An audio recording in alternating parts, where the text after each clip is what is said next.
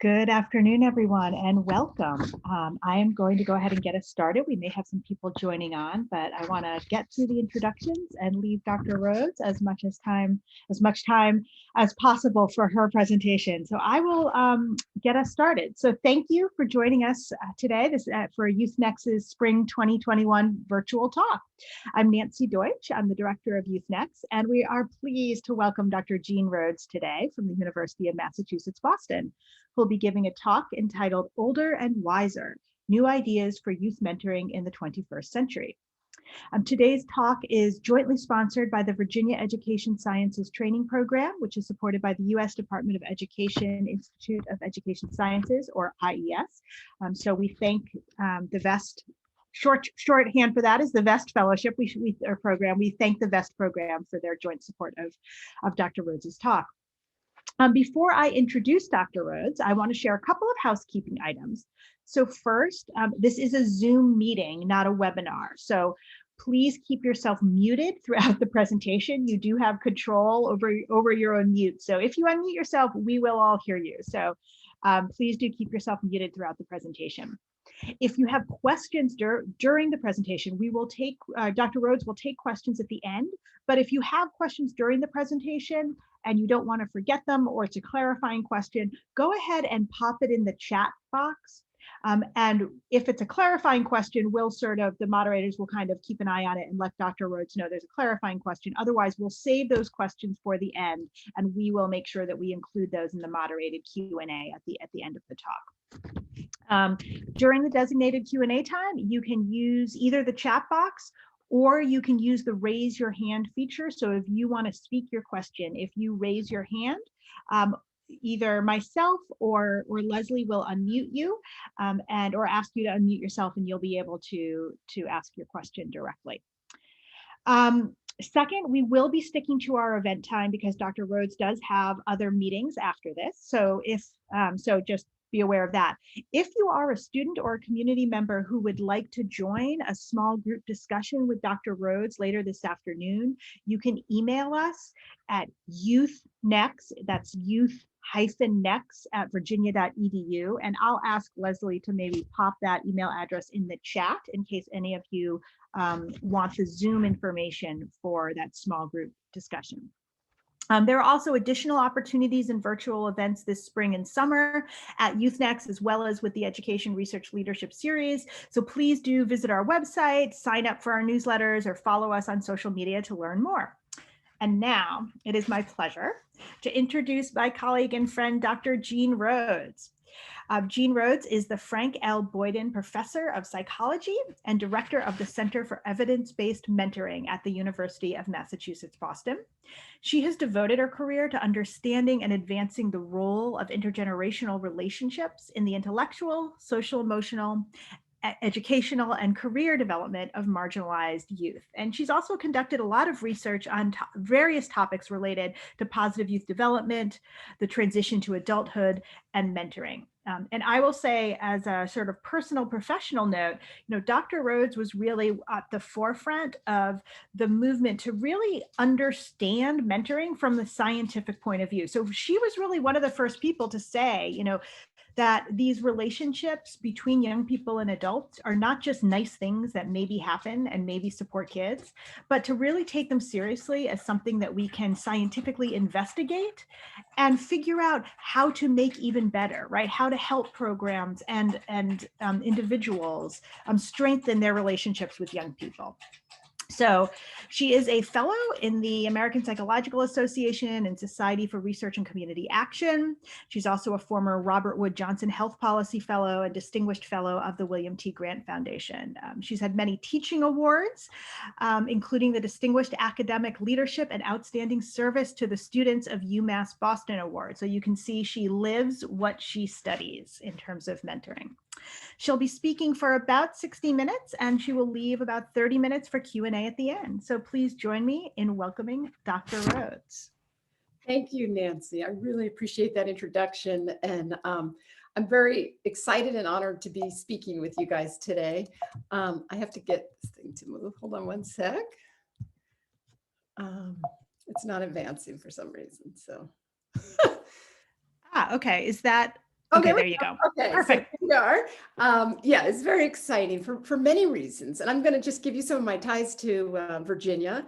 One is that when I was a grad student way back in the 80s, one of the visiting professors was a newly minted PhD named Patrick Tolan, and he became my professor and really shaped some of my thinking very early on while I was still a doctoral student. And then, of course, he went on to lead the organization at Youth-Nex for many years. The other is that Nancy and we do go back. Nancy's work on attunement, on the connection, really all the way back to her work with Bart, what's his name? Bart Hirsch. Yeah, has been transformative. I mean, it really has shaped how we think about the relationship at a very granular level. Thanks, Nancy, for bailing me out there. Anytime. When I was a brand new assistant professor, I was invited by the community psych program, Mel Wilson, down to give a presentation on my early work on mentoring. And it was a huge honor. There was one problem with it though, and it was that my talk was at 1 o'clock. It was one of the brown bags. The O.J. Simpson verdict was announced at 1 o'clock, the exact moment that I was giving my speech. So that was kind of an interesting time. It wasn't a very well attended talk. Then flash forward many years, my daughter follows a bit in my footsteps, though in a different way, and came to UVA for her PhD in clinical psych and was a Vest Fellow and worked with Dr. Pianta and Dr. Hurd and Nancy was actually on her defense committee. And so she's now a postdoc at UCLA. And one of the people on this call was Audrey's close collaborator and friend, Dr. Rhodes, who is now working at the Center for Evidence-Based Mentoring, as well as continuing to work in Bethany Teachman's lab. So many connections, and it's very exciting to be presenting this work.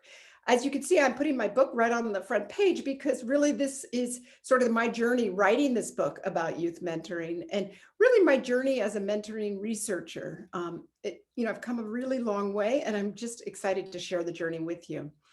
I really do want to thank you guys for sponsoring it and giving me this platform to talk to you about these ideas.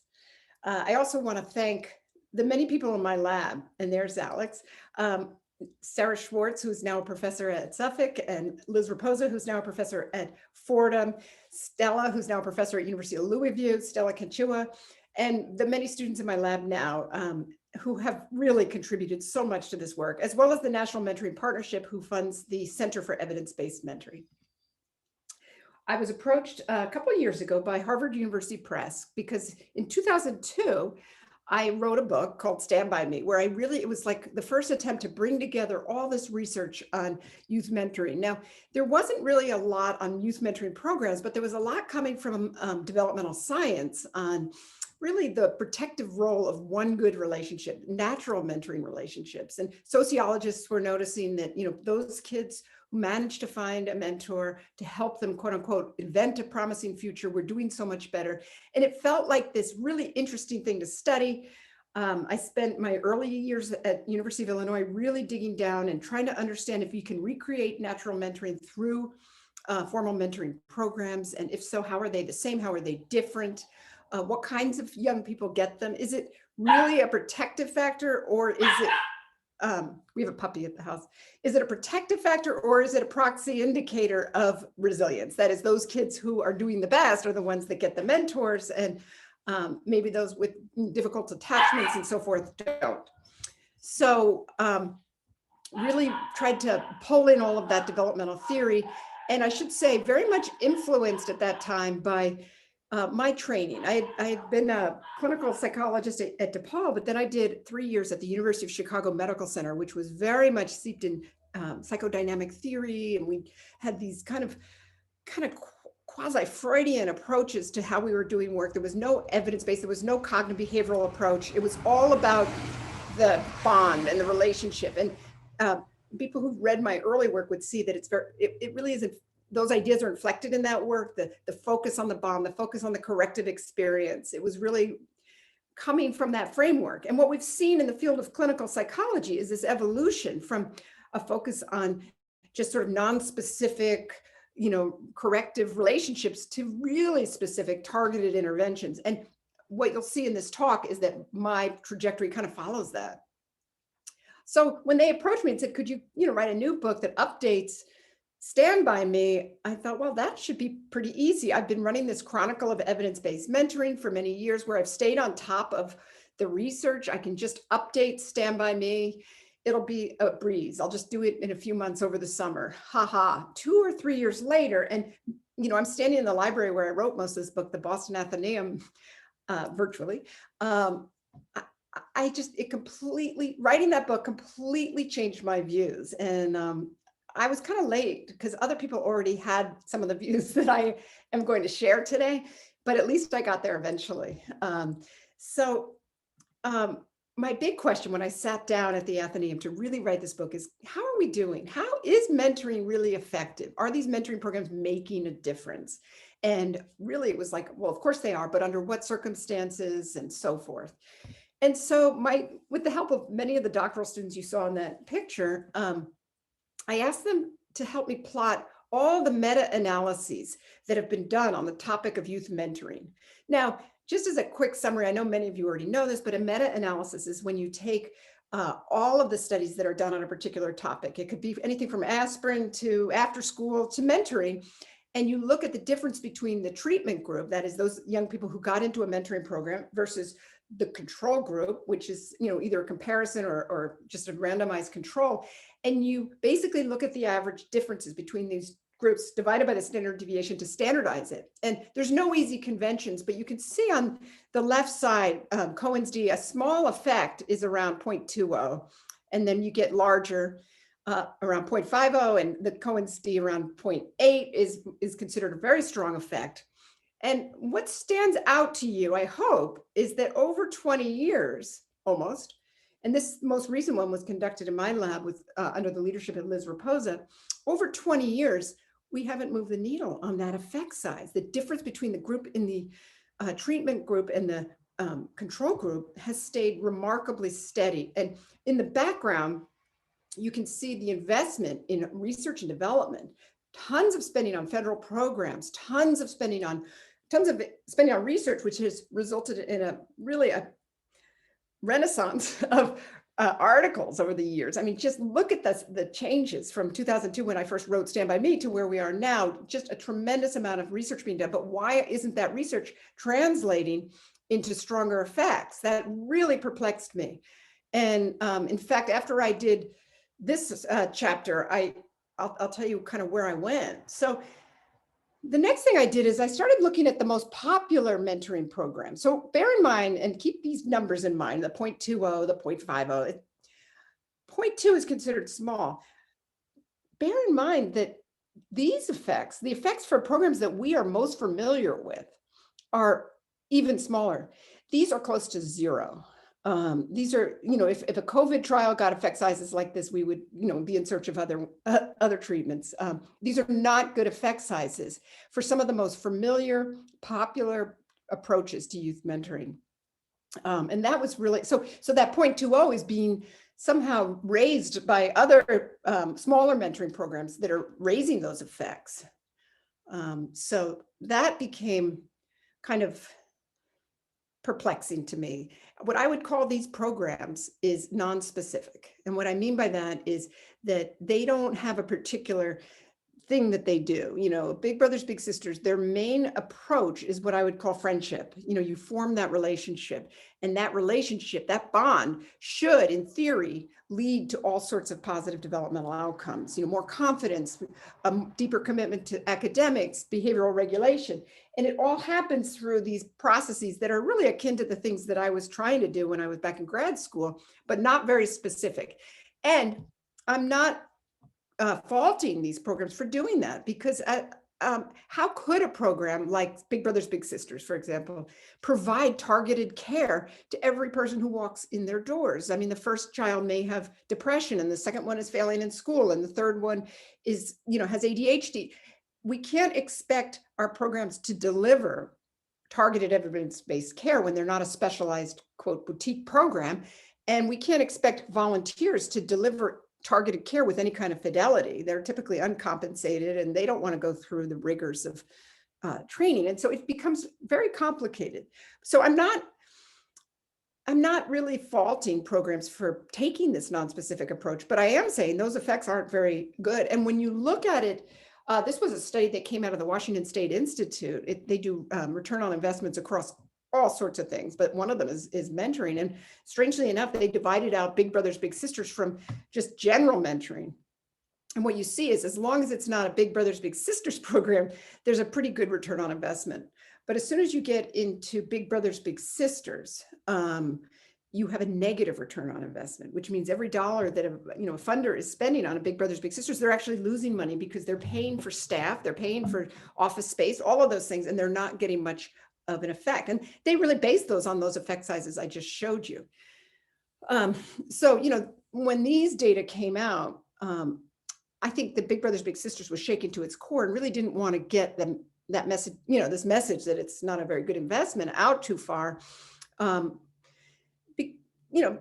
so instead of sort of trying to really redo what they were doing, their immediate response was, let's try not to spread these findings too far. And then they really said, no, let's really try to interrogate what we're doing and improve it. And so I will have to give them and other non-specific programs credit for kind of saying, all right, let's improve what we're up to.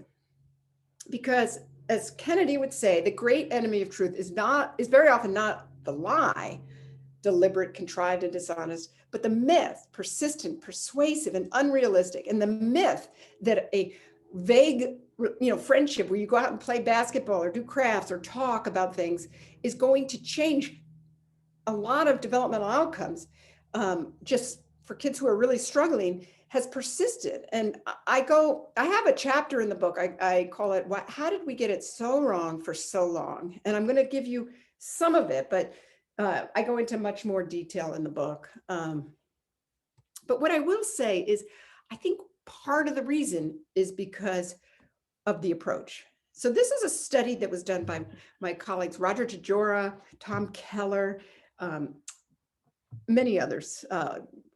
And basically what they found was that if you ask the mentors, what are you doing in the program? About how much of your time do you spend doing any of these things?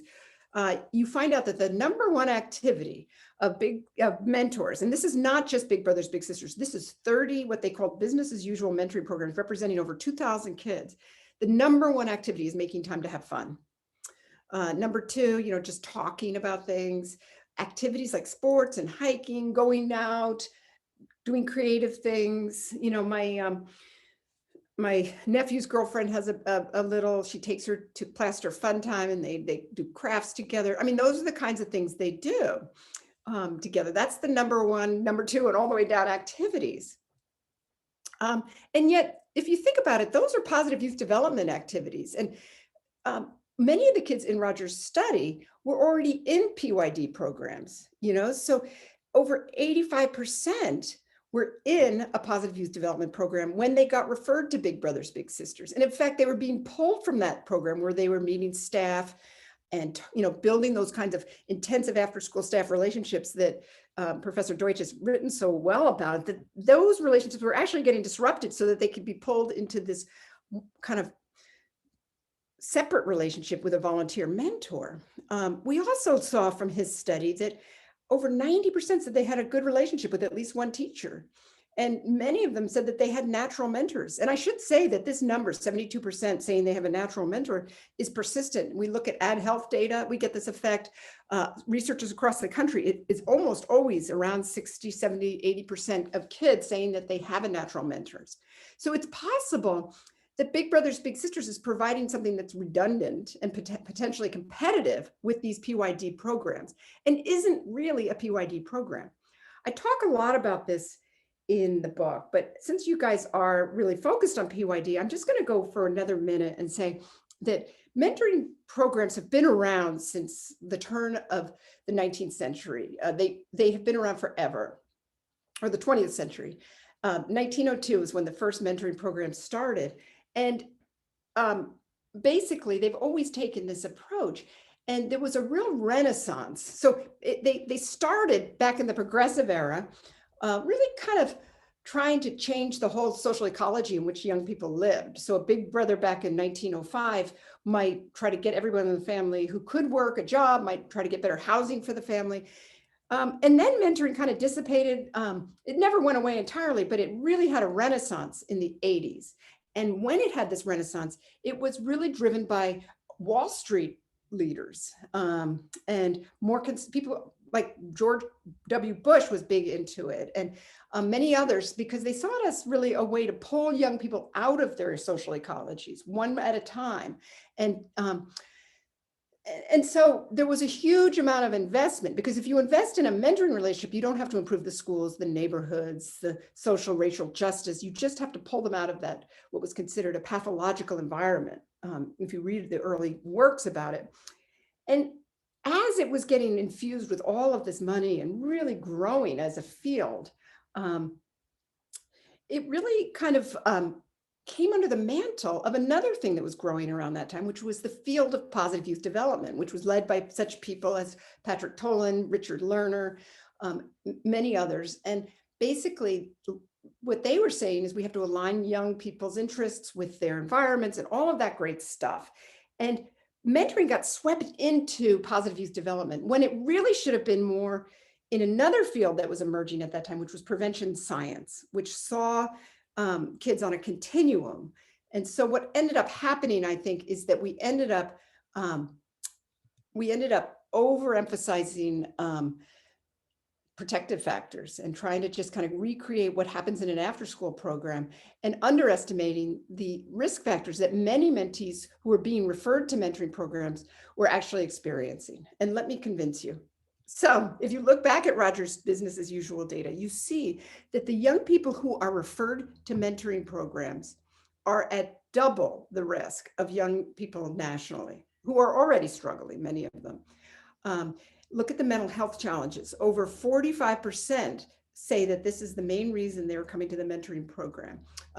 Many are struggling with behavioral dysregulation. They're in extreme poverty. Many of them face single parenthood, incarcerated parents, and so forth.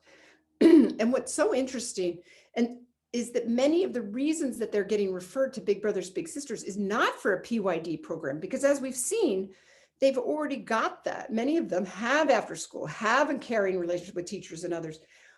The reason many parents are referring them is because they see them struggling with depression, anxiety, stress, and they want them to have basically a therapeutic relationship. And I can say that from both research that we've been doing, as well as the study that Tim Cavell, Lindsay Wheeler, and others have done.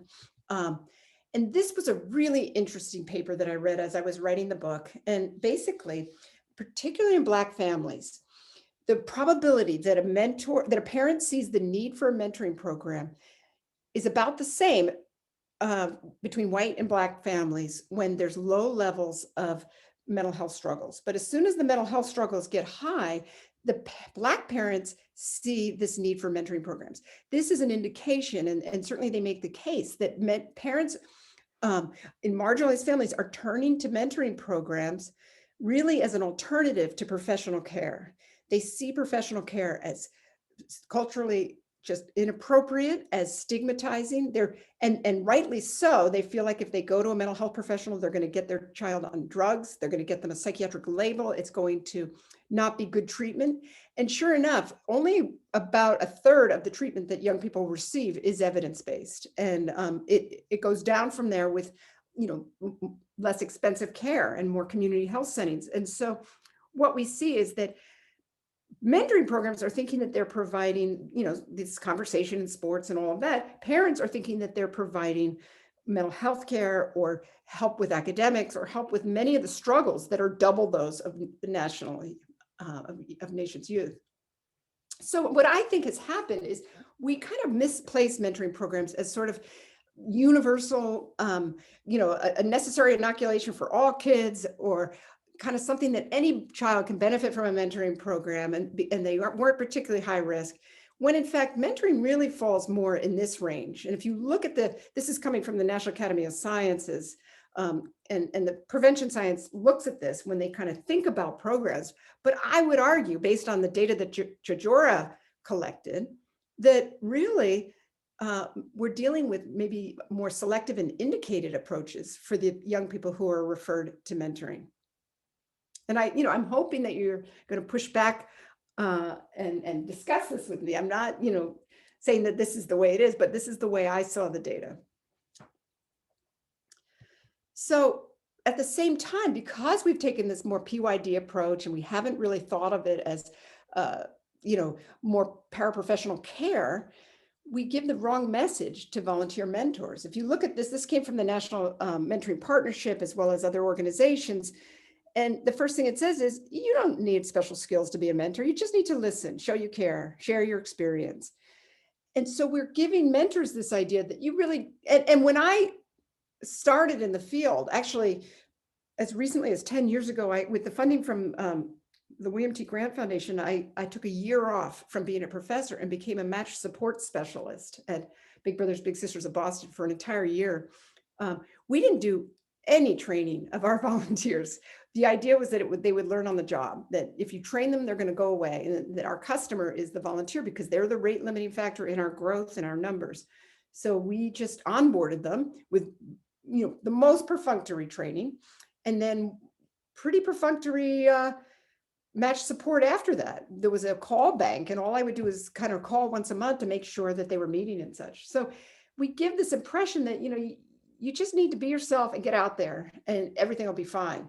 And consequently, it's not what volunteers expect. This is some work you probably all know about Renee Spencer, but like Professor Deutsch, she's doing some really seminal work in understanding the dynamics of relationships. And you can see, these are just some of the quotes that I pulled out from that article.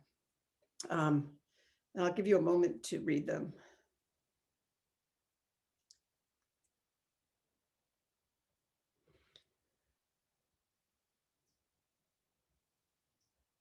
So they were feeling, first of all, that they weren't prepared for the level of,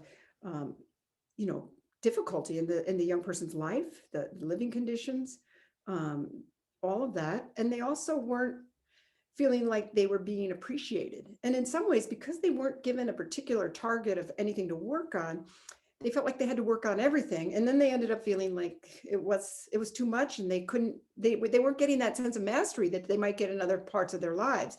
So consequently, this is a study I did with Janice Cooper-Schmidt and her colleagues, Katie Stump, where we looked at attrition. Now, what we find, this was a huge database, 60,000 matches that was provided by Big Brothers Big Sisters and the National Mentoring Partnership. What we find is that overall, about 38% of relationships fall apart within the first 3 months. They fall apart prematurely before the expectation, and that risk goes way up depending on the level of risk the child is at baseline. So if a child is engaging in risky health behavior or has high levels of anxiety, aggression, all of that, we see that the rate of early attrition is even higher. So we're investing all this money in recruiting mentors. And, I'm talking about 10 years ago. The training has gotten a lot better. We're investing a lot in training mentors, in supervising them, in supporting them. And there's this leaky bucket, which is an enormous drain on nonprofits' resources. And we need to staunch that. And so this is kind of a bummer of a talk so far, but I'm telling you the title is New Ideas. And so I just needed to kind of tee up that we do need new ideas in the field. And what we need is models that better meet the needs of mentees. And so I'm going to talk about some of those models and really try to get your reactions because they're still unfolding, and then open it up for discussion. One of the things that we're seeing in the field, and it's certainly preceded me, in fact, I probably fought against it for far too long, is a focus on, it's not just about the relationship. It's about balancing that relationship and leveraging that relationship with targeted skills and targeted goals. Sam McQuillan and Mike Lyons are doing some of the best work. And I'm sure many of you are already working with him over at the Ed School with Mike Lyons. What they're trying to show, and they're using really sophisticated techniques like machine learning, is that you really need to balance what you're doing. And many programs don't even really have a sort of conceptual model of what the inputs are. So how can you even fix something if you don't know what what's inside, what are the working parts. And they've shown that if they are, very goal oriented and they have a kind of a theory of change and they focus on that, they get stronger effects. They also find that the relationship doesn't really, I didn't put this article up here, so I'll just tell you, the relationship doesn't really need to be as intense, as long and strong as we've always expected. That in fact, in none of my meta-analyses have I seen length of relationship as a key moderator, even though I've argued for it. It's really about expectation. If you expect 3 months and you get 3 months, that's fine. It's not like it has to be 10 years or whatever, because that scares people away. They find that it's almost like the curve flattens to a certain extent. If you have a good working relationship, you get the effects. But once you establish that working relationship, it doesn't need to grow even stronger for you to have even stronger effects. I'm sure they say it better than I just did, but you get the gist. And so the argument, and Tim Cavell and Chris Elrich and others have been making this argument, is that we need to move from the relationship as the intervention to the relationship as a context for targeted evidence-based intervention. And if you think about now where I was in my training at University of Chicago, this is where the field of clinical psych and counseling psych and ed psych, all of that has moved in the direction of relationship is the intervention to relationship is the context. And so how do we do that? Well, first of all, we know, I want to show you some data that shows that Tim Cavell and Elrich and others were absolutely right, that when you compare that friendship model where we had those pretty near zero effects to these more targeted skills-based effect sizes, and remember those effect sizes that I shared with you, these would be considered really large effects. This is Mike Karcher's program. He's getting effect sizes that rival those of the best professional interventions out there, and many others. But as you look at what these programs are, they're very specific, right? Mentoring for youth with psychiatric disorders, STEM for students with disabilities. I mean, it's not like Big Brothers, Big Sisters could just take on all of these different approaches. And even if they did take on whatever one of them, they would inevitably only be serving a small fraction of their larger constituents.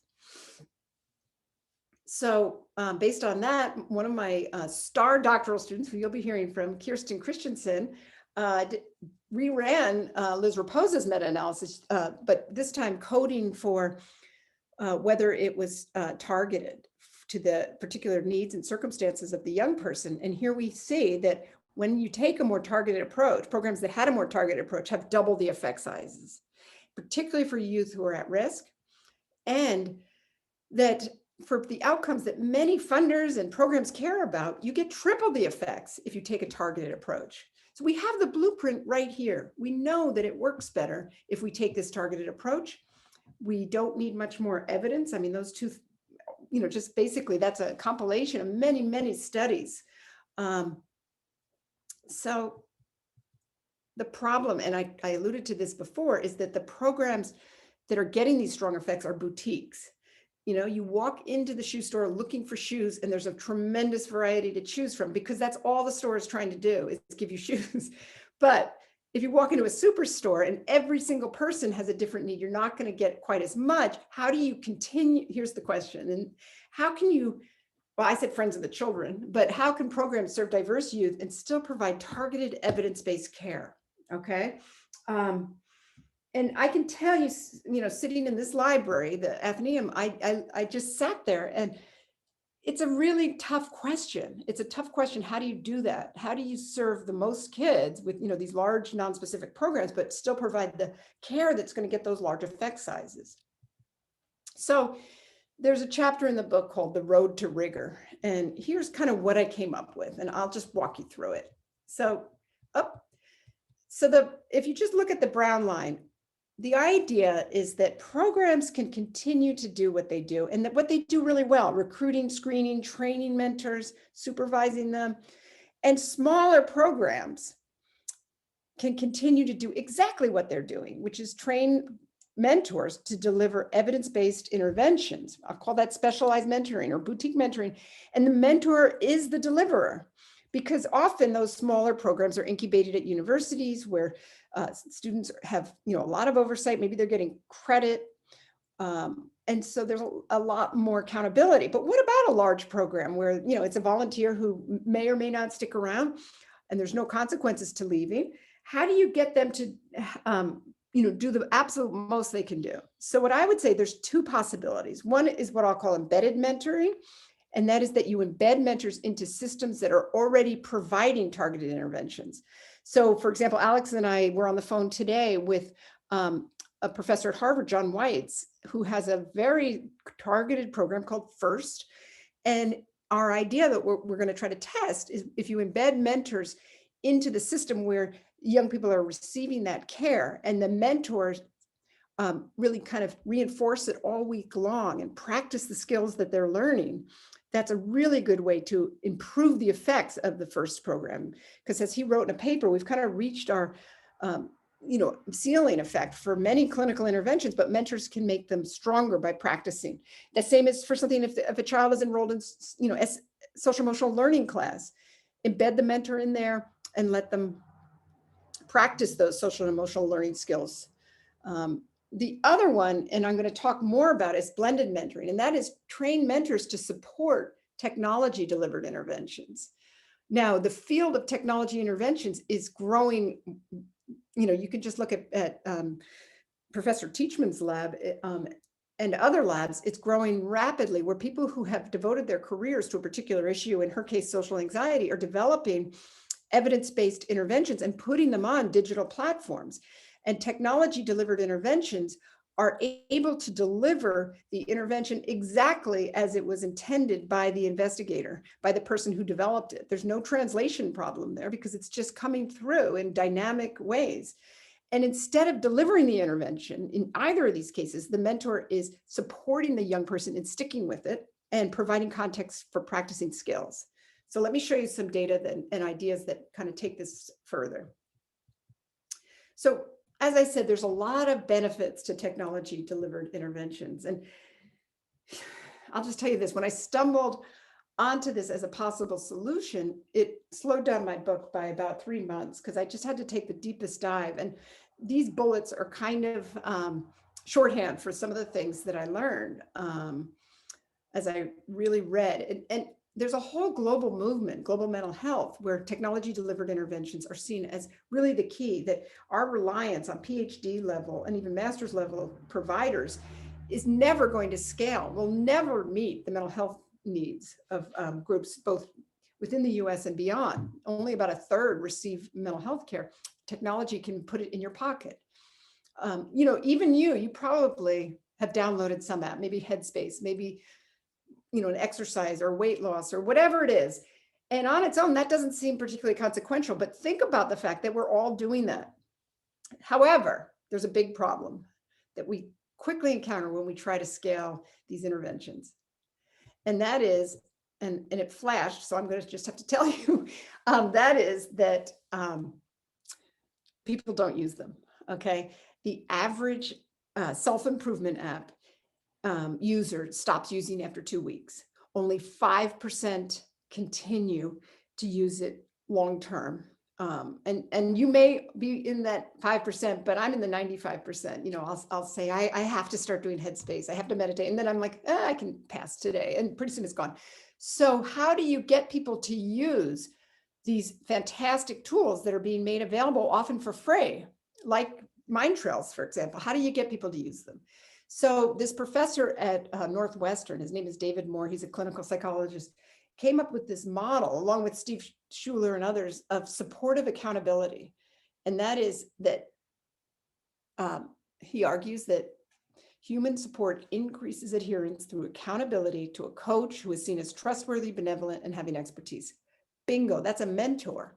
So just like, in the early days of Alcoholics Anonymous, you would never just sign up. You had to have a sponsor. You had to have someone that kept you accountable. Same thing with Weight Watchers. You always have somebody. And yet we unleashed this whole array of self-improvement apps and technology delivered things for children and adolescents without that built in. So it's a perfect role for a volunteer, is to provide that supportive accountability. In fact, there's a science to it. You can't just nudge and nudge and nudge, as any parent knows. You have to know how to nudge. And if you're trained in how to nudge and how to support, you're going to get stronger effects.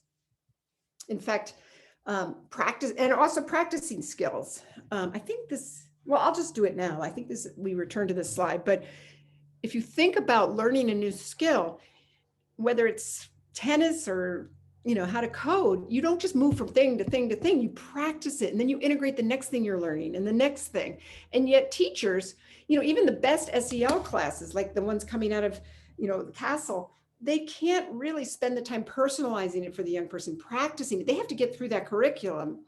And there's lots of kids. And so they don't really double back and say, okay, now how does this fit with what we learned last week? Now let's apply it to your life. That's a great role for a mentor. And what we see, and we're doing a meta-analysis based on this, you know, this initial pass at it, is that the effect sizes of skills-based interventions go way up when there's opportunities to practice them.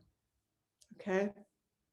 So supportive accountability, supervised practice. And one of our colleagues, Colleen Conley, did this meta-analysis and showed that, you know, it's highly unlikely that participants will be able to master new behaviors and apply them appropriately in the future without practice.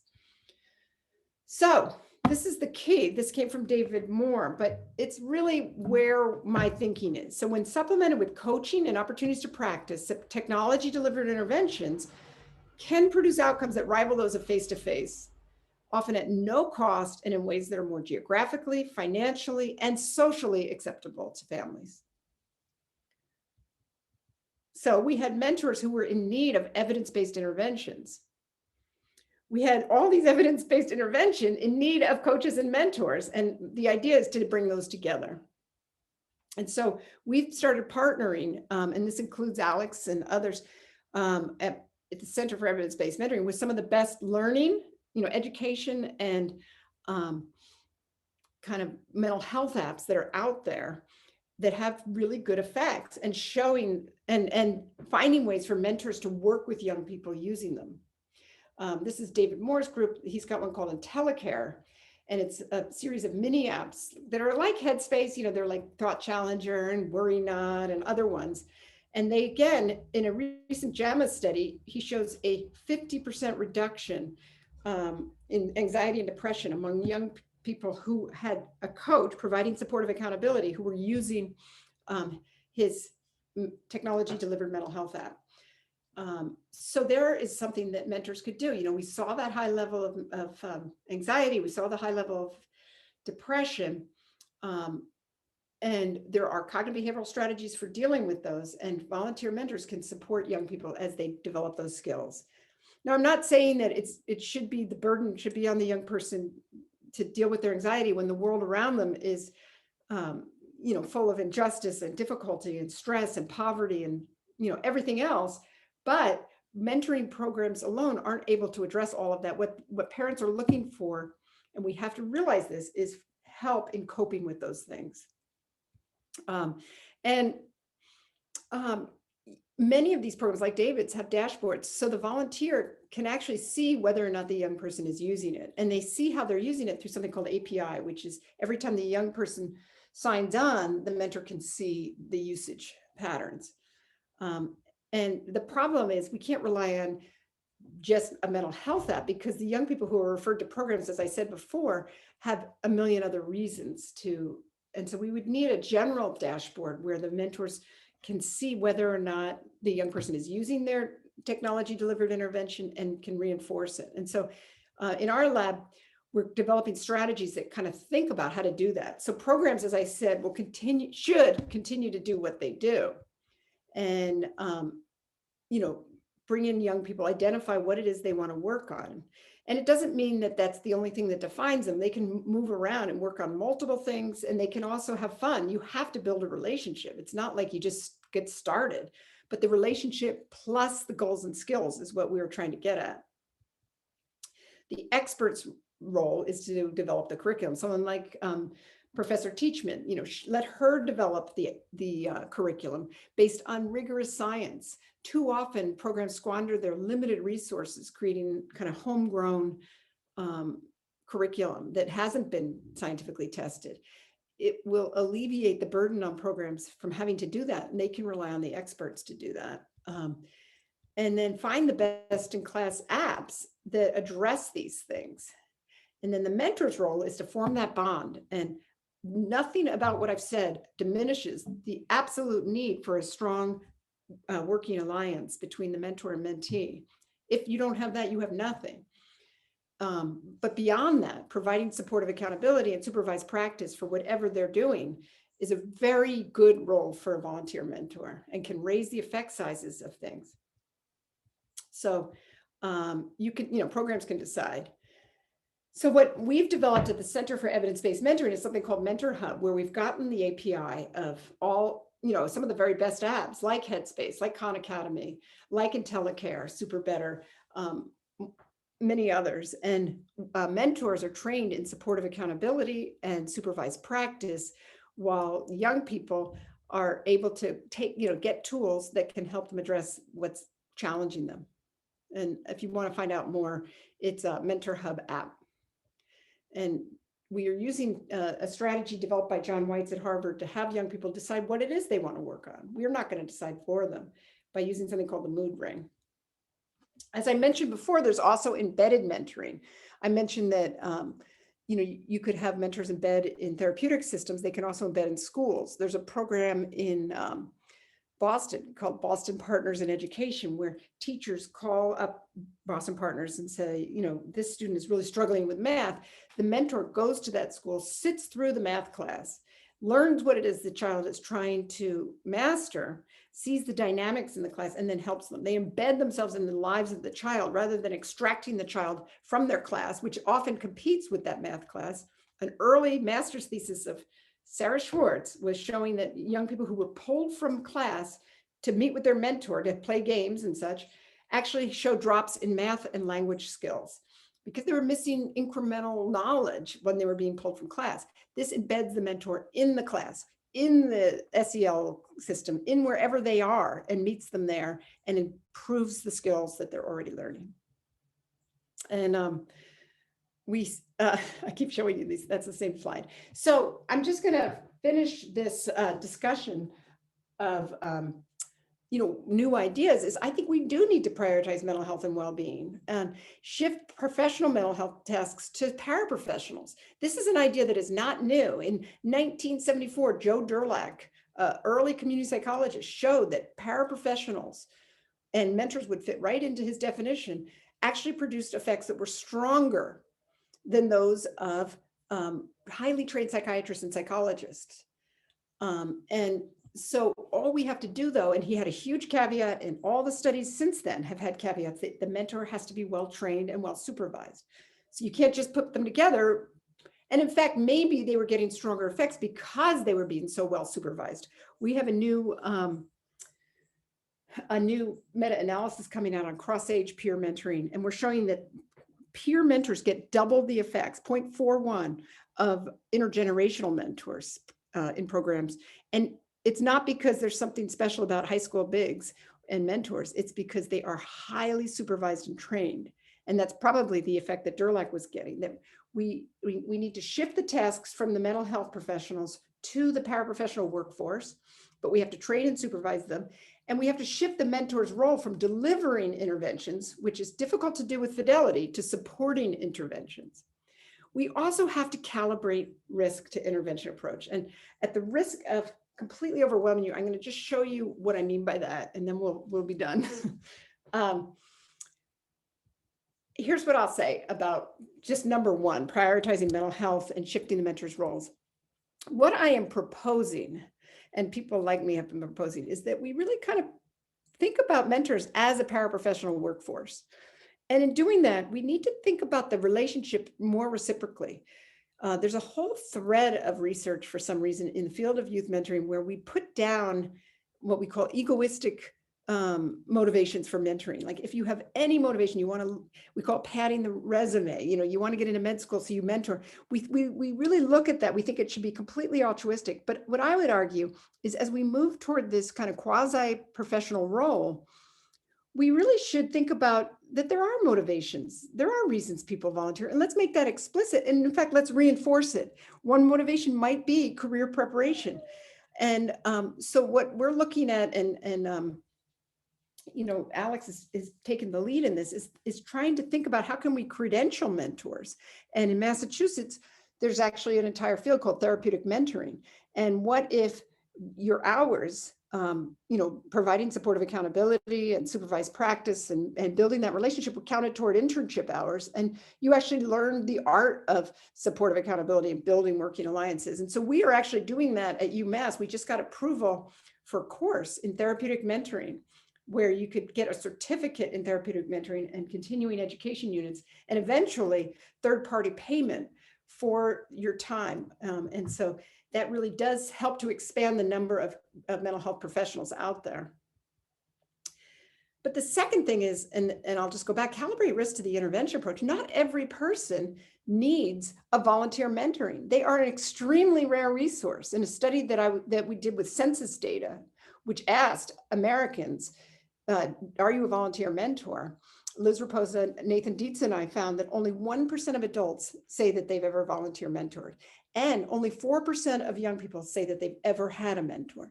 So we're talking about something that's exceedingly rare. And compare that to the statistic I gave you about natural mentors, which is like 70%. So if we think about this as an extension of the mental health workforce, we need to save them for young people who really need that targeted care.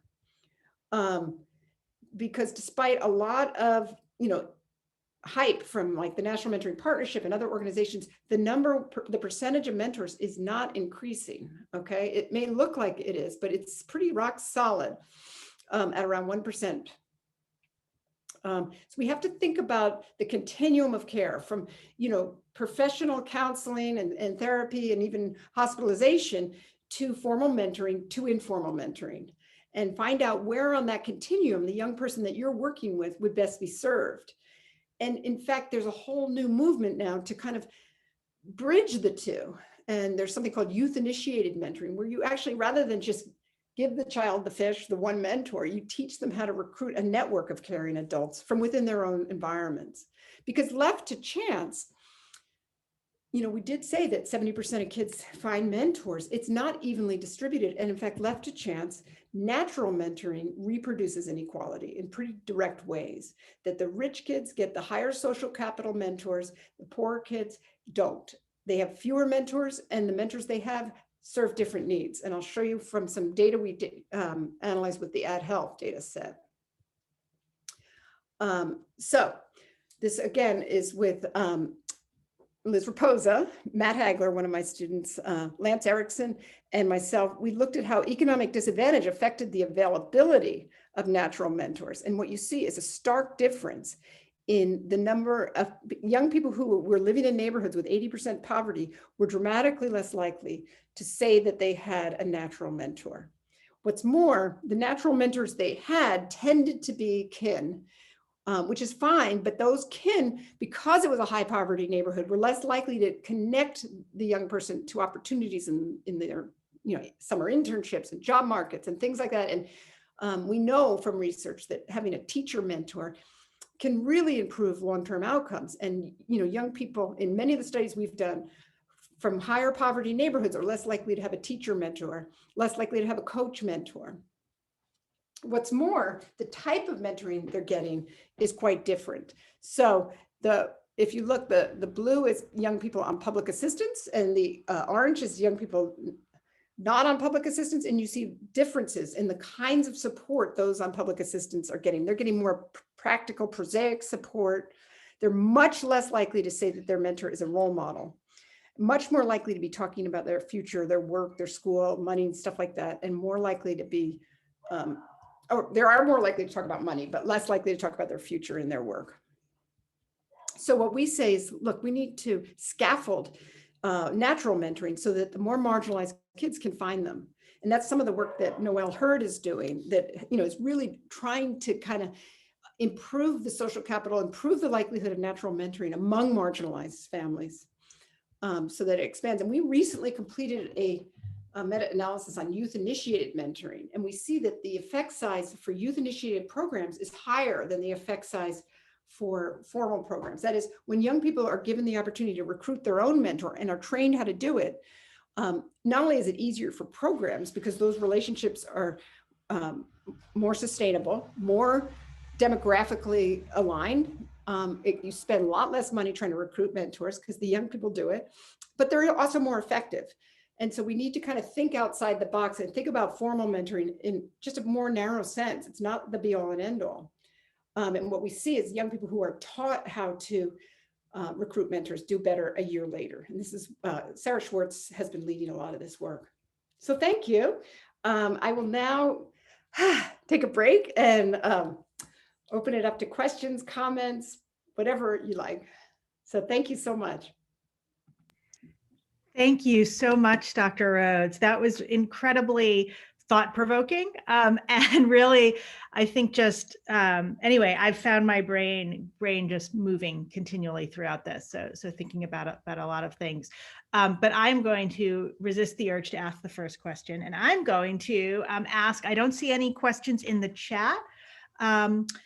But if anybody has a question, please feel free, drop it in the chat, or if you would like to speak it, use the raise your hand function. Dr. Rim Kaufman, it looks like your hand is raised. You could go ahead and unmute yourself. Thank you, Dr. Rhodes. That was wonderful talk, and it really got me thinking about so many different ideas. I have a question. You showed a slide that compared the effect sizes with the friendship model versus the effect sizes with the skill-based approaches. Yes. And what that got me thinking about is the specificity of the outcomes. So were they looking at the same outcomes, or were the skills-based programs using outcomes that were more tailored to the intervention? The latter. So yeah, it does definitely kind of tilt the effects toward, because you're kind of teaching to the test. However, we find that there's no differences in outcomes in meta-analysis on the effects of mentoring across different outcomes. So that our latest meta-analysis, we're not finding that it has any particular effects on one or the other. Okay. Interesting. Thank you. Sure. And it looks like we have a couple of other hands raised, I believe. Leslie, did you see who? Yes, Vivian. Thank you. Hello, hi. My name is Vivian Wong. I'm a faculty member here at UVA, and I found your talk so fascinating, and I have so many questions that I'd like to follow up. And Sarah actually asked one of my questions, so thank you, Sarah. So it turns out that there's work that I do with Julie Cohen that is actually, I didn't realize it was very similar in this vein, where we do standardized practice sessions with teachers, and they get coaching in this simulated classroom environment. And so I was delighted to see, I hadn't realized to connect these two literatures, but I can totally now see the connection. And so I had a couple of questions for you that, just based on sort of your review of all of this literature, which is certainly way more well-formed than ours, have you observed any sort of context or conditions under which you see that the mentoring relationship is more effective? So for example, in our studies, what we have found is that basically that the effects are not as large when what we suspect that the participant doesn't have sort of the basis for really being able, like the knowledge basis to be able to really take advantage of that sort of the type of mentoring or coaching that is provided, that there needed to be some sort of initial scaffolding, or at least that's our hypothesis to begin with, in order for that relationship to really fly. And so I guess what I was wondering is, have you sort of seen anything in your work that is similar in terms of what are the preconditions needed for these relationships to really kind of take off? And then I'll just add my second question is, I was really interested in the part where you talked about sort of the supervision of the mentors, and I was interested in knowing more about that. Like, do you provide like prompts or examples of prompts or scripts, or like what do you do in terms of providing that kind of support? All right. Well, I will try to answer both. I also want to, I see that Mike Lyons is on the call, and you, Mike, you may have answers to sort of the conditions under which the young person responds best to mentoring. what we've looked at, you know, from meta-analyses is what are the moderators of the effectiveness. And one of the loudest signals in the noise across all of these different meta-analyses and studies is it's a mentor effect. And that is if the mentor has had any kind of past experience working with young people, or is in a helping profession, you get much stronger effects. That's even within youth-initiated mentoring. You get stronger effects for mentors who are in the helping professions. As far as the young person, whether there's sort of like a precondition for them to be receptive to the intervention. I have not worked closely enough with the data on these targeted programs. And that's why I turned it over to poor Mike, to know whether there's certain receptiveness. What we do know is that males, young men seem to get stronger effects than young women, and that we don't exactly know why that is. We see risk as a variable. If there's too much, if the environmental risk is too high, often we get a smaller effect, but nothing else beyond that. And we don't have enough studies where we've really looked at targeted approaches and the preconditions that are necessary to have that kind of granularity. But Mike, do you mind if I turn it to you to see if you have an answer? Not a direct answer to that. A little bit to add on to Sarah's question earlier. I would say that in some of our work with the machine learning approaches, we've seen some differences in the balance that the more directed kind of goal-focused activities have on particular outcomes versus others. So in particular, academic outcomes seem to be much more affected by, instrumental directed kind of work and less affected by the relationship quality. Whereas if we're looking at behavioral outcomes, delinquency and school referrals and that sort of thing, we do see a much kind of stronger interaction effect between the youth reported strength of relationship and some of these other activities, which, with other work kind of makes sense that the bond and kind of that development does seem to be an important factor there.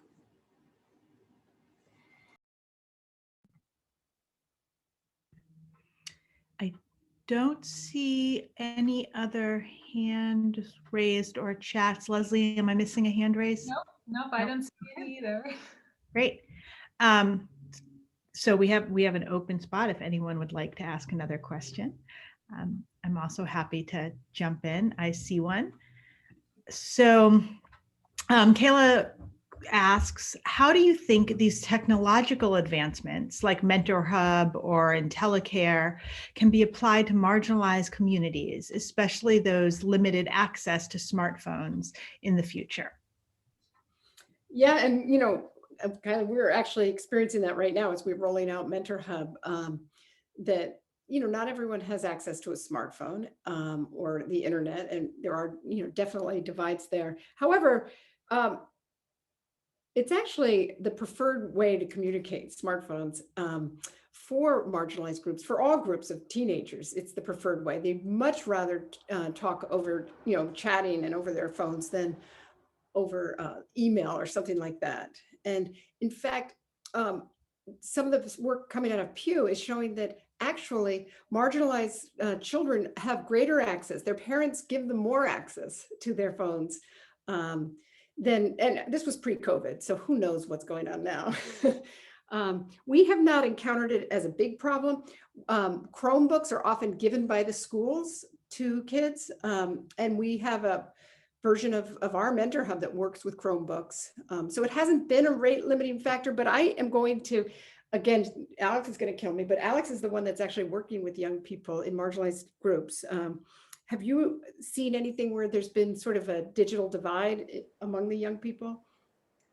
I don't know that there's been as much of a divide in access. I think you're right. I think that there are, I think students, if they don't have access to like smartphones, maybe they have a tablet or like a Chromebook, like you said, through schools, since schools are really trying to encourage, it sounds like kind of these digital technologies. And so What we are seeing now, though, in some of our trials is that youth really don't want to keep looking at screens. So they will leave school and then they'll get home and their mentor will suggest, hey, like, why don't you hop on to IntelliCare? And the youth will say like, I don't want to look at a screen. I was just looking at a screen all day on Zoom. And so trying to figure out kind of some of those differences too. So yeah, it's a great question though.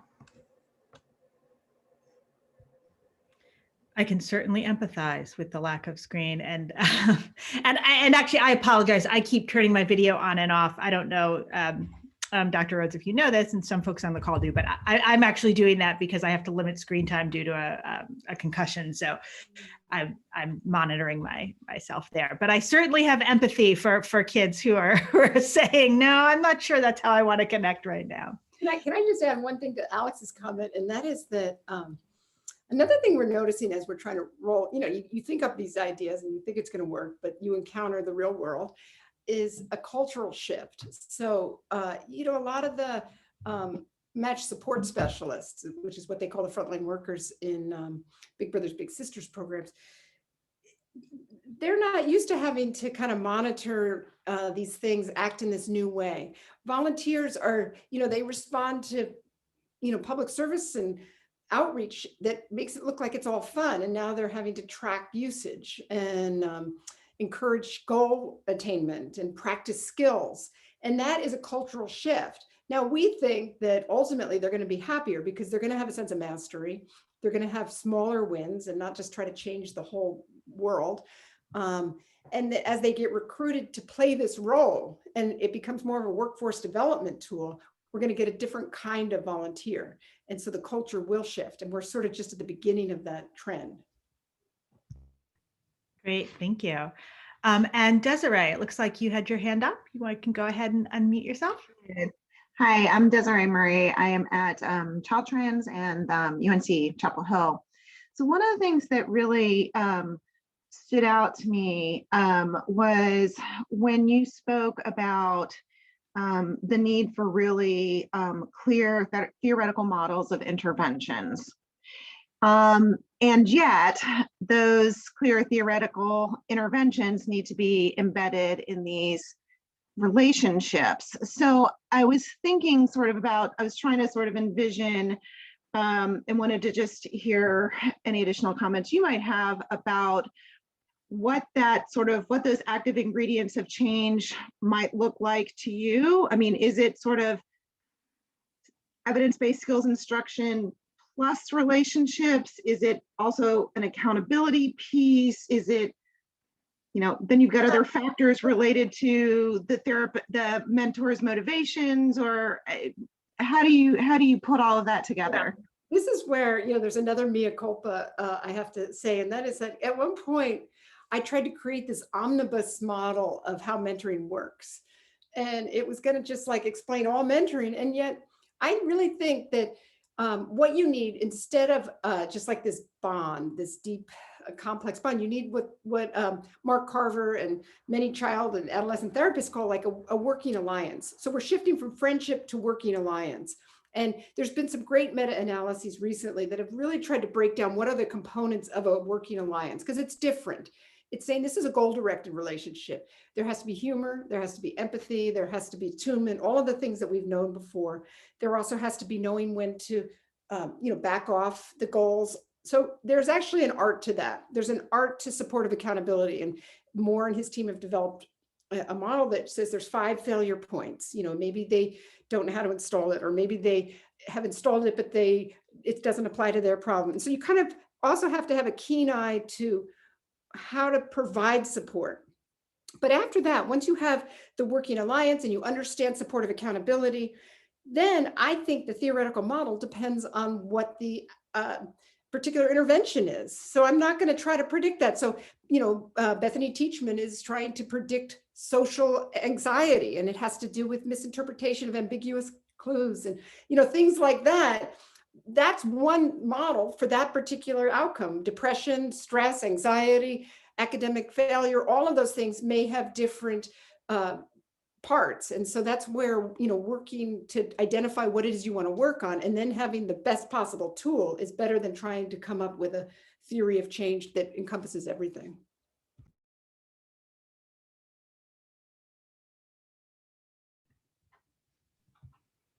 I'm going to pause for a moment in good teacher mode and see if another hand goes up. Otherwise, I will. Yes, Noor, go ahead and unmute yourself. Sorry, I can't raise my hand. I don't know why, but No, you did it. You did it physically. That was beautiful. We got it. so thank you for your talk. I'm familiar with the 2005 model of developmental mentoring, and it seems like your thought process has changed a lot over the years. Can you talk about what that was like, sort of like updating the software and integrating new ideas into older beliefs, I guess? Nora, thank you for that question, because it was hard. I mean, part of it was existential. It's like, oh my gosh, have I been leading the field in the wrong direction? Is everything I've ever published wrong? Has my whole career been a waste? All of that. And then I had to kind of come back from that cliff and say, no, actually, there is a common theme, about evidence, about the importance of rigor, about the importance of taking this enterprise seriously, that it is a helping relationship like any other, and that somehow mentoring has been given this free pass that other fields have been held to a much higher standard. And so I felt like I had a platform, I had some ideas right. And even that omnibus model, I mean, it does break down. It says, in some cases it's cognitive development, in some cases it's identity development, in some it's social emotional development. So it all kind of fits. It's just that within each of those boxes, we need much further specification. So that's sort of how it came together. And I actually feel, probably more committed to the field than ever. I'm in my late 50s. I've been doing this for 30 years. And it's like a new day. Like, I can't wait to see what we find. Whereas I was kind of on an old path where I kept finding what I was looking for and ignoring what wasn't fitting. So. Well, I'm glad that we don't have to throw out the model altogether, because yes, as someone who has used that model in many, many papers, that leads to the same existential questions that you've been asking yourself. Yeah, no, its model still works. Right. I mean, I really did, really, because I was willing to just lay everything bare, and it still works. It's just, we need to be much more specific for the particular outcome we're focused on. Well, I love that. I love that description of that, the way that you do that, because I think also I'll point out that is a great model of how to be a good scientist, right? Like that we don't always, that the ideas we have had early in our career, as the field continues to develop, as our work continues to develop, we sometimes have to revisit them and be open to saying like, well, actually, we didn't have this quite right, and the evidence is now showing me this. And can I just say one other thing? I think part of what led me astray, but I think the field astray, is how loaded and freighted the word mentor is. Like, if we had always called it, paraprofessional helper, it might not have held this same sort of evocative quality where we give it this license to be so many things. And we are also trying to, like, I had a mentor who was super important to me, and I kind of just displaced that onto these formal relationships, which are far more perfunctory. A rare one does turn into something really magical, but most aren't. And so we kind of take the burden off of these relationships when we kind of take the word mentor out of it and say that natural mentoring and formal mentoring are two very different things. Yeah, it's really interesting you said that. That was one thing that I pulled out of it. Todd, I know you had a question. You said that you would save it for later this afternoon, but we still do have some time. So if you would care to pose it now, you can please go ahead and do so. Okay, great. Thank you. Well, first, thank you for this talk. It was really fascinating. And I was interested in that combination of providing kind of an evidence-based intervention through technology and having the mentor provide that supportive role. One thing I was curious about is how you envision that changing over the course of the mentees' development and growth. In particular, when I think about a lot of technology apps, they aim to kind of create gamification and get embedded into our daily lives and routines. And so is the vision that the mentee would continue using this in the absence of the mentor, or is that something that you're still kind of working out?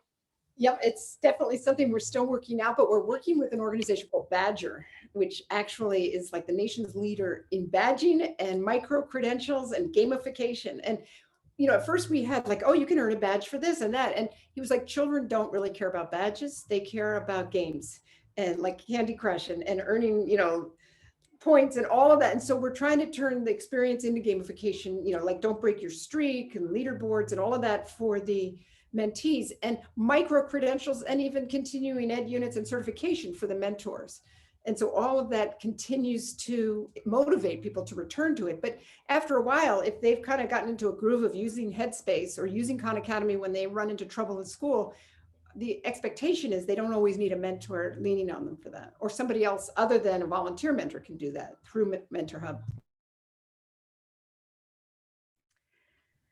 Great. Emily, I see your hand raised.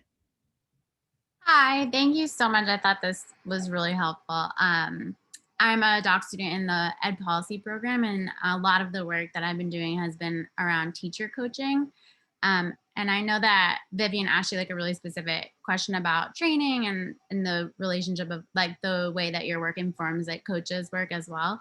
But throughout your talk, I felt like I was kind of seeing like the parallels between this literature and the coaching literature, and that like we don't have a good working definition. Like a lot of coaching programs end up being non-specific, and like the ones that do seem to work like have a particular skills focused stance, but we haven't really like coalesced around like what the definition is. And I think like when I was a teacher, I had a coach, and in many ways she like became a mentor, because there was like something qualitatively different about the relationship that felt like it was like more broadly like guiding me as like a first year teacher. But I'm wondering if just more conceptually or theoretically, if you've thought about like the overlaps and like how should we be thinking about them? Like what can we take from this literature to inform like coaching programs broadly, and like what, I guess, like if we had to try to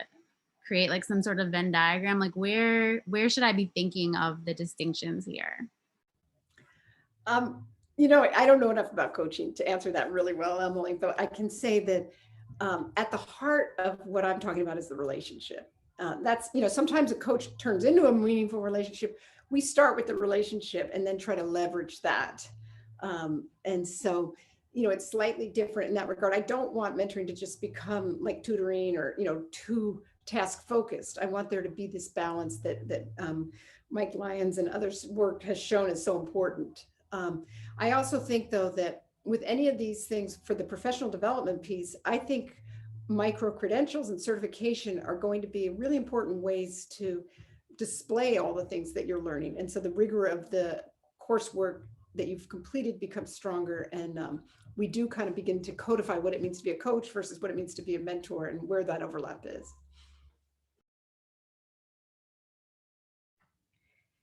That's interesting because it also reminds me of, I think, the paper that Patrick Tolan and some colleagues wrote a while back. This was where it was sort of where I think he's pushed, right? Like, well, how is mentoring different from parenting, different from coaching? Like, where is the conceptual line between these different interventions, quote unquote?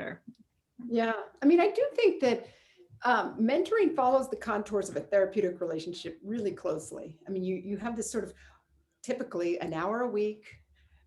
It's kind of separated from the rest of your life. There's lots of things. And so I do think, and that's why it was one of my recommendations, I think we should put mental health and wellness at the forefront of what mentors do more than, it's perfectly fine to make it education or career development. But I think that's one area where we really could help bridge the gap in mental health care in this country and beyond if we can deploy these caring adults in that particular way with evidence-based tools. Yeah, great point. Mike. Hey, so I was curious if you could tell us a little bit more about the credentialing piece that I saw the article in the Chronicle, I think, about UMass Boston's doing that, like especially since we've all been talking about the heterogeneity of activities that mentors engage in and all the different kinds of things, like where are you thinking, focusing on to train and support those in that credential? So the article that Mike's referring to, the title was Giving Psychology Away. And that was, this idea by this guy, George Miller, who was the president of the APA at the time, and my mentor, that we should, PhD level professionals should never be in the business of doing direct service. We should be innovating and providing training to bachelor's level. And so how do you do that? Well, the state of Massachusetts had this lawsuit a decade ago. It was Rosie versus Romney, where on behalf of all marginalized young people, it was saying there's not enough mental health care for Massachusetts children and adolescents. And so they created a profession called therapeutic mentoring, where bachelor's level and even high school level, if they're trained, they can collect third-party payment. And so we created a paraprofessional team of therapists, basically, with that one legal suit. Well, it worked so well for the past 10 years that now the private insurance companies want to get in on the action because it's much less expensive per hour. And they are demanding certification of these therapeutic mentors. And so what we're trying to do at the center is create the certification pathway for insurance companies to recognize mentoring as a field nationally, not just in Massachusetts, that is worthy of third-party payment. And then that will dramatically expand the availability of mental health professionals in this country. We started, one of the stipulations in Massachusetts is you had to become a certified health worker first, and then with a specialization in therapeutic mentoring, and that's 80 hours. And so Alex and a doctoral student at UMass and I have been developing that course so that we have that right here at the center. But then short of that, we took the 16 hours of required specialization and created a second course that we're offering starting next month, where you'll be certified by the Center for Evidence-Based Mentoring in UMass, and you'll get continuing ed units, and you'll get a certificate of completion that you've completed a course in therapeutic mentoring. So those are that's probably way more detail, but I'm really in the weeds of it right now. But it's going to teach supportive accountability, supervised practice, technology delivered interventions. So it's really a way to get out in front of this thing that's going to happen nationally and sort of define the field. And I'd love anybody's input on this. We are really under-resourced, and anybody that wants to do a postdoc or study this stuff with us, we would be delighted to hear from you. That's great. And Jean, I will definitely, I'm going to reach out to you offline, because we are talking here at Youth-Nex and the School of Ed about credentialing around like youth workers, positive youth development, and sort of early adolescence, especially expertise. And we're trying to find out like what others in the field are doing. And rather than duplicate, we want to kind of think about how to provide, additional things that would complement existing. Yeah. So. And there is a growing movement, and even the field of youth mentoring, it's percolating up from within that. So Terry Sorensen has initiated a phone call with the president and CEO of Big Brothers Big Sisters, and David Shapiro, all these people in the field, including myself, to talk about how are we going to credential mentors. So it's definitely something an idea whose time has finally come. Yeah, that's great. Does anyone else have, Todd, it looks like, yes, Todd, go ahead. Hi. So I had another question going back to an earlier slide that you showed about the effects sizes in the meta-analyses and the smaller boutique programs having larger effects. And I was curious, in that narrative, I guess, two things. One, whether those smaller programs, if you have any sense of that, whether they want to scale or kind of the reasons for them remaining small. And then two, if that is the case, are they saying it's kind of a fidelity or kind of oversight aspect that they're concerned about not being able to execute at the same level? So I'm just curious about that. Yeah, no, I think that, they would probably love to scale, but, it's usually one or two investigators and, a funding stream, and it's hard to do that. There's also the issue that they can't, that without technology delivered interventions, it's hard to do that. And, with fidelity. There's plenty of examples of programs that have tried to scale and have gotten too many degrees of freedom away from the original model, and the effect sizes begin to plummet. You see that with a lot of even SEL programs, and there was a program called GPS that David Dubois and colleagues analyzed, and you begin to see no effects once it gets too big and too fast. So it's very hard. David Olds has a good example with the nurse visitor program of scale and fidelity, but it's hard to do that. That's why technology delivered interventions are so good. You know, from a theory perspective, the reason we get small effects is, and this is an article by Lee Seacrest that showed sometimes the intervention itself is just not strong enough. Like aspirin is not enough for COVID. Sometimes the intervention is perfect, but it's only fitting the needs of a small group of the people in the overall program. So, you know, the STEM program is not going to work for the poet who doesn't want to go into STEM. And then sometimes it's a question of fidelity. So I think in that case, it's the fidelity question.